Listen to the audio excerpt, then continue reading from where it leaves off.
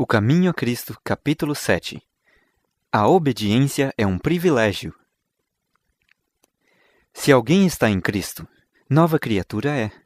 As coisas velhas já passaram, eis que tudo se fez novo. 2 Coríntios 5:17.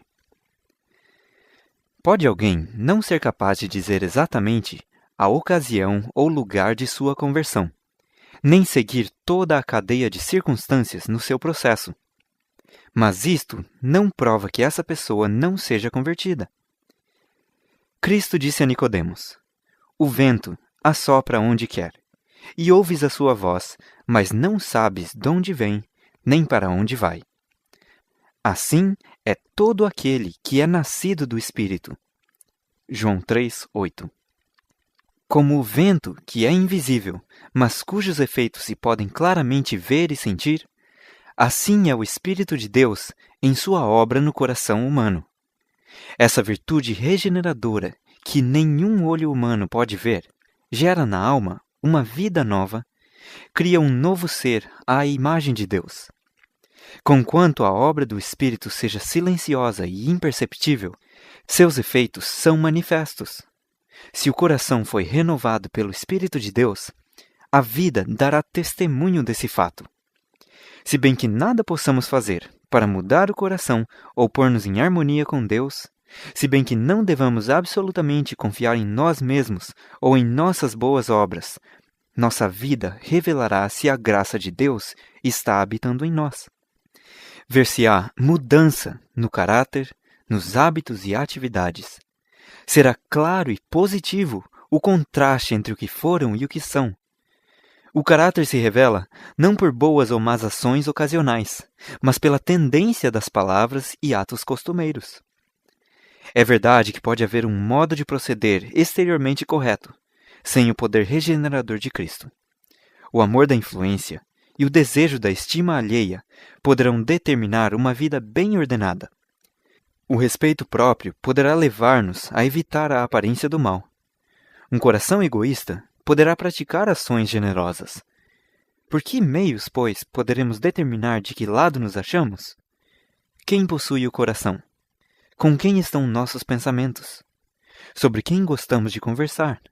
Quem é o objeto de nossas mais calorosas afeições e nossas melhores energias? Se somos de Cristo, nossos pensamentos com Ele estarão, e nele se concentrarão as nossas mais doces meditações. Tudo o que temos e somos a Ele será consagrado. Almejaremos trazer a sua imagem, possuir seu espírito, cumprir sua vontade e agradar-lhe em todas as coisas. Os que se tornaram novas criaturas em Cristo Jesus produzirão os frutos do Espírito: amor, alegria, paz, longanimidade, benignidade, bondade, fidelidade, mansidão, domínio próprio. Gálatas 5, 22 e 23. Não se conformarão por mais tempo com as concupiscências anteriores, mas pela fé do Filho de Deus seguirão as suas pisadas. Refletir-lhe-ão o caráter e serão purificados, assim como ele é puro. As coisas que outrora aborreciam, agora amam, e aquilo que outrora amavam, aborrecem agora. O orgulhoso e presunçoso torna-se manso e humilde de coração. O vanglorioso e arrogante torna-se circunspecto e moderado. O bêbado torna-se sóbrio e o viciado puro. Os vãos costumes e modas do mundo são renunciados. O cristão buscará não o enfeite exterior, mas o homem encoberto no coração, no incorruptível trajo de um espírito manso e quieto, que é precioso diante de Deus. 1 Pedro 3, 3 e 4. Não há evidência de genuíno arrependimento, a menos que se opere a reforma, restituindo o penhor, devolvendo aquilo que roubara, confessando os pecados e amando a Deus e ao próximo, pode o pecador estar certo de que passou da morte para a vida. Quando, como seres pecaminosos e sujeitos ao erro, chegamos a Cristo e nos tornamos participantes de sua graça perdoadora, surge o amor em nosso coração. Todo peso se torna leve, pois é suave o jugo que Cristo impõe. O dever torna-se deleite, o sacrifício prazer. O caminho que dantes parecia envolto em trevas torna-se iluminado pelos raios do sol da justiça. A amabilidade do caráter de Cristo se manifestará em seus seguidores. Era seu deleite fazer a vontade de Deus. Amor a Deus, zelo por sua glória, era o motivo dominante na vida de nosso Salvador. O amor embelezava e enobrecia todos os seus atos. O amor vem de Deus. O coração não consagrado não o pode originar nem produzir. Encontra-se unicamente no coração em que reina Jesus. Nós o amamos, porque ele nos amou primeiro. 1 João 4,19. No coração renovado pela graça divina, o amor é o princípio da ação. Modifica o caráter, governa os impulsos, domina as paixões, subjuga a inimizade e enobrece as afeições. Este amor, abrigado na alma, ameniza a vida e espalha ao redor uma influência enobrecedora. Há dois erros contra os quais os filhos de Deus, particularmente os que só há pouco vieram a confiar em sua graça, devem especialmente precaver-se. O primeiro, do qual já tratamos, é o de tomar em consideração as suas próprias obras, confiando em qualquer coisa que possam fazer, a fim de pôr-se em harmonia com Deus. Aquele que procura tornar-se santo por suas próprias obras, guardando a lei, tenta o impossível. Tudo que o homem possa fazer sem Cristo está poluído de egoísmo e pecado. É unicamente a graça de Cristo, pela fé, que nos pode tornar santos. O erro oposto, e não menos perigoso, é o de que a crença em Cristo isente o homem da observância da lei de Deus, que visto como só pela fé é que nos tornamos participantes da graça de Cristo, nossas obras nada têm que ver com nossa redenção. Mas notai aqui que a obediência não é mera aquiescência externa, mas sim o serviço de amor. A lei de Deus é uma expressão de sua própria natureza. É uma corporificação do grande princípio do amor, sendo daí o fundamento de seu governo no céu e na terra. Se nosso coração é renovado à semelhança de Deus, se o amor divino é implantado na alma, não será então praticada na vida a lei de Deus? Implantado no coração o princípio do amor, renovado o homem segundo a imagem daquele que o criou, cumpre-se a promessa do novo concerto. Porei as minhas leis em seu coração e as inscreverei em seus entendimentos. Hebreus 10:16. E se a lei está escrita no coração, não moldará ela a vida? A obediência, nosso serviço e aliança de amor, é o verdadeiro sinal de discipulado. Assim diz a Escritura: porque este é o amor de Deus, que guardemos os seus mandamentos. 1 João 5:3. Aquele que diz, eu o conheço, e não guarda os seus mandamentos, é mentiroso, e nele não está a verdade. 1 João 2:4. É a fé, e ela só, que em vez de dispensar-nos da obediência, nos torna participantes da graça de Cristo, a qual nos habilita a prestar obediência. Não ganhamos a salvação por nossa obediência, pois a salvação é dom gratuito de Deus, e que obtemos pela fé. Mas a obediência é fruto da fé. Bem sabeis que ele se manifestou para tirar os nossos pecados, e nele não há pecado. Qualquer que permanece nele não peca. Qualquer que peca não o viu, nem o conheceu. 1 João 3, 5 e 6. Aí é que está a verdadeira prova.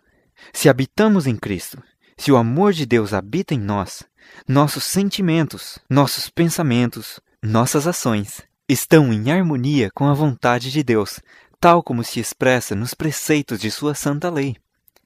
Filhinhos, ninguém vos engane. Quem pratica a justiça é justo, assim como ele é justo. 1 João 3:7. A justiça está definida no padrão da santa lei de Deus, expressa nos 10 preceitos dados no Sinai. A chamada fé em Cristo, que professa desobrigar os homens da obediência a Deus, não é fé, mas presunção. Pela graça sois salvos, por meio da fé. Efésios 2:8. Mas a fé, se não tiver as obras, é morta em si mesma. Tiago 2,17. Jesus disse de si mesmo, antes de descer à terra: Deleito-me em fazer a tua vontade, ó Deus meu. Sim, a tua lei está dentro do meu coração. Salmos 48. E justamente antes de ascender para o céu, declarou: Tenho guardado os mandamentos de meu Pai e permaneço no seu amor. João 15:10. Diz a Escritura: Nisso sabemos que o conhecemos, se guardamos os seus mandamentos. Aquele que diz que está nele também deve andar como ele andou. 1 João 2, 3 e 6. Pois também Cristo padeceu por nós, deixando-nos o exemplo, para que sigais as suas pisadas. 1 Pedro 2, 21. A condição de vida eterna é hoje justamente a mesma que sempre foi. Exatamente a mesma que foi no paraíso, antes da queda de nossos primeiros pais. Perfeita obediência à lei de Deus, perfeita justiça. Se a vida eterna fosse concedida sob qualquer condição inferior a essa, correria perigo a felicidade do universo todo. Estaria aberto o caminho para que o pecado, com todo o seu cortejo de infortúnios e misérias, se imortalizasse. Era possível a Adão, antes da queda, formar um caráter justo pela obediência à lei de Deus, mas deixou de o fazer, e devido ao seu pecado, nossa natureza se acha decaída, e não podemos tornar-nos justos. Visto como somos pecaminosos, profanos, não podemos obedecer perfeitamente a uma lei santa. Não possuímos justiça em nós mesmos com a qual pudéssemos satisfazer às exigências da lei de Deus. Mas Cristo nos proveu um meio de escape. Viveu na terra em meio de provas e tentações, como as que nos sobrevêm a nós. Viveu uma vida sem pecado. Morreu por nós e agora se oferece para nos tirar os pecados e dar-nos sua justiça. Se vos entregardes a Ele e o aceitardes como vosso Salvador, sereis então, por pecaminosa que tenha sido vossa vida, considerados justos por sua causa. O caráter de Cristo substituirá o vosso caráter, e sereis aceitos diante de Deus exatamente como se não houvesseis pecado. E ainda mais, Cristo mudará o coração. Nele habitará pela fé. Pela fé e contínua submissão de vossa vontade a Cristo, deveis manter essa ligação com Ele. E enquanto isso fizerdes, Ele operará em vós o querer e o efetuar segundo a sua vontade. Podereis então dizer: a vida que agora vivo na carne, vivo-a na fé do Filho de Deus, o qual me amou e se entregou a si mesmo por mim. Gálatas 2:20. Disse Jesus a seus discípulos: Não sois vós quem falará, mas o Espírito de vosso Pai é que fala em vós. Mateus 10:20. Assim, atuando Cristo em vós, manifestareis o mesmo Espírito e praticareis as mesmas obras, obras de justiça e obediência.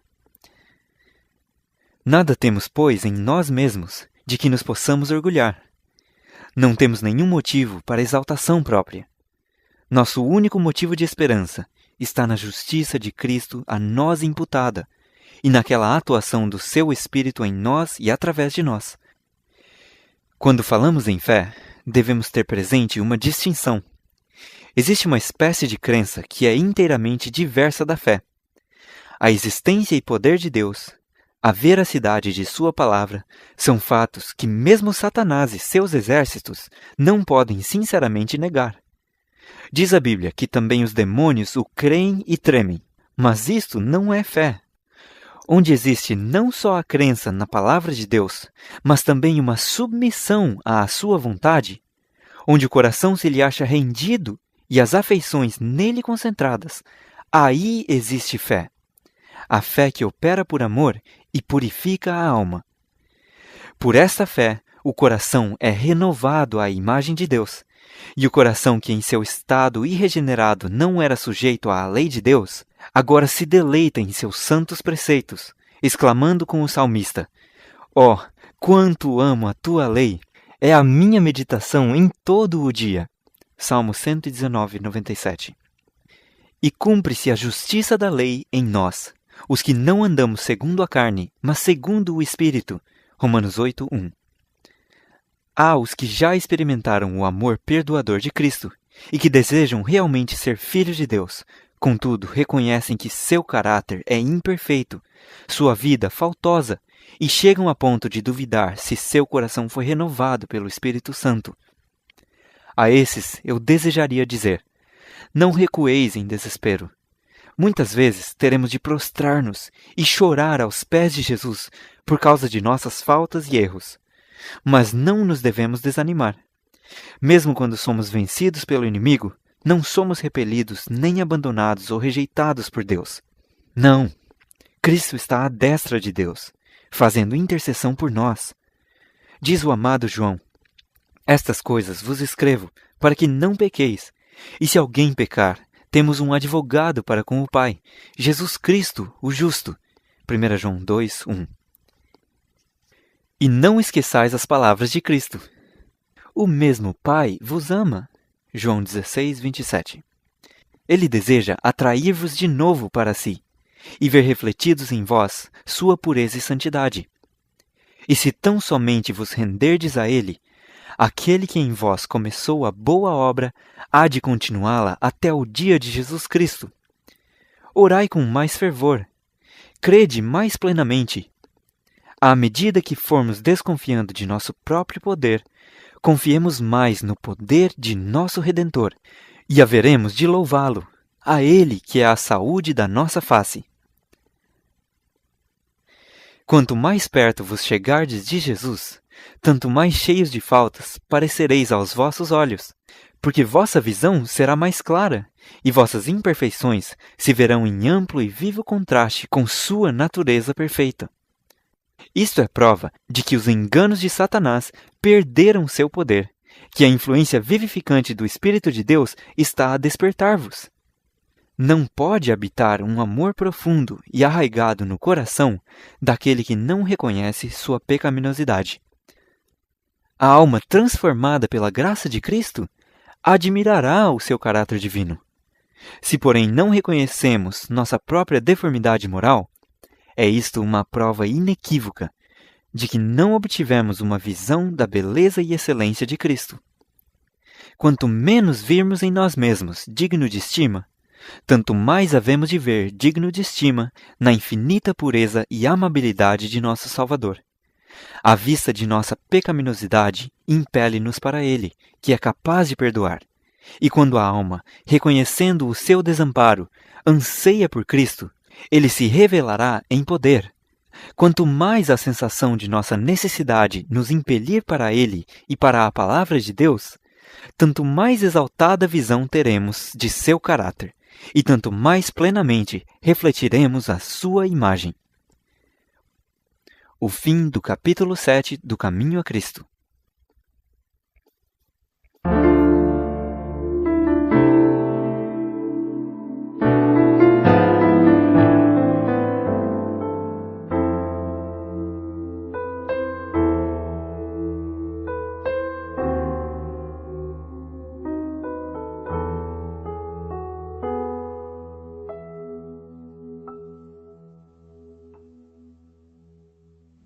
كل المجد والإكرام، كل الحكمة والتسبيح، كل الشكر والتعظيم، كل القوة والقدرة